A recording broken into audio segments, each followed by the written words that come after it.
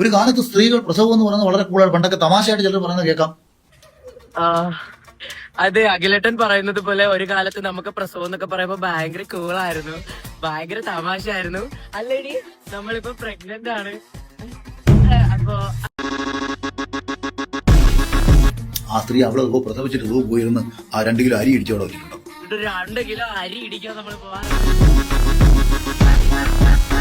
അപ്പൊ ഇത്ര നിസാരമായിട്ട് സ്ത്രീകൾ വളരെ എൻജോയ് ചെയ്തിരുന്ന ഒരു പ്രോസസ്സിനെ എനിക്ക് ഡിപ്രഷൻ ഇല്ല. ഞാനാണെങ്കിൽ 10 പ്രസവിച്ചിട്ടാണ് നിൽക്കുന്നത്. ഞാൻ 9ാമത്തെ പ്രസവിച്ചപ്പോ ഞാൻ അപ്പൊ തന്നെ പോയി ടർഫ് ബുക്ക് ചെയ്ത് ഫുട്ബോളൊക്കെ കളിച്ചായിരുന്നു. അപ്പൊ കുഴപ്പമില്ല. ഇപ്പൊ അടുത്ത പ്രഗ്നന്റ് ആണ്. അടുത്തത് ട്വിൻസ് ആണെന്ന് തോന്നുന്നു. ട്വിൻസാ, 2 കുലുകുന്നുണ്ട്.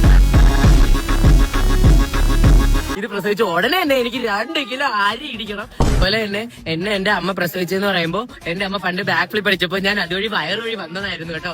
പ്രസവിച്ച ഉടനെ എന്റെ അമ്മ പോയി മരത്തിൽ കയറി 2 മാങ്ങയൊക്കെ പറിച്ചിട്ട് അത് കട്ട് ചെയ്ത് ഉപ്പിലിട്ട് മുളകൊടിയൊക്കെ തിന്ന് എനിക്ക് അപ്പൊ തന്നെ വായ വെച്ച് തന്നായിരുന്നു. ഇപ്പോഴും എന്റെ വായല ടേസ്റ്റ് ഇപ്പോഴും ഉണ്ട്. Oh my God.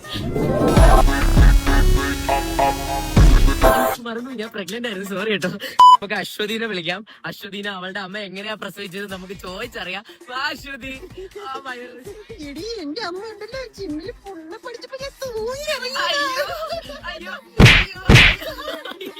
പുള്ള പഠിച്ചോണ്ട് നിന്ന ടൈമില് തൂങ്ങി ഇറങ്ങി വന്നതാ ഇവള്. എന്നിട്ട് ഇവളെ മാറ്റി വെച്ചിട്ട് ഇവളെ അമ്മ വീണ്ടും 3 സെറ്റൊക്കെ കംപ്ലീറ്റ് ചെയ്തു. 2 കിലോ അരി പോയി കുത്താനുള്ളതാ. ശരി, ബൈ.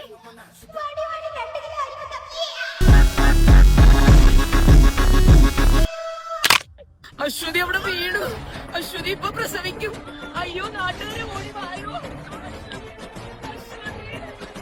അശ്വതി, അശ്വതി നിന്നെ പറ്റും. Aswathy, come on, push. Muchas para vosotros. അയ്യോ, എന്റെ കൊച്ച് അശ്വതി പ്രസവിച്ച കൊച്ചിന് ഇത്ര വലുതായത്. അയ്യോ, കുഴപ്പമില്ല. അയ്യോ, അശ്വതി എവിടെ? അശ്വതി, നിന്റെ കൊച്ചിനെ നോക്കണേ. Oh my God. ഇനി പോയി 2 കിലോ നെല്ല് പോയി കുത്തിച്ചല്. Okay, by. ഒരുമന്നേ പട്ടി ഒരുമതാ അത്രേ ഉള്ളൂ. Hi friends. Hi, hello. വാവായിട്ട് നമുക്ക് ടുഡേ സ്പെഷ്യൽ ആയിട്ട്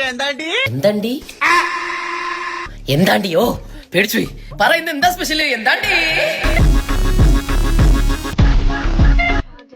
ഷാർജ ഷെയ്ക്ക് ആണ്. നല്ല ചോറ്.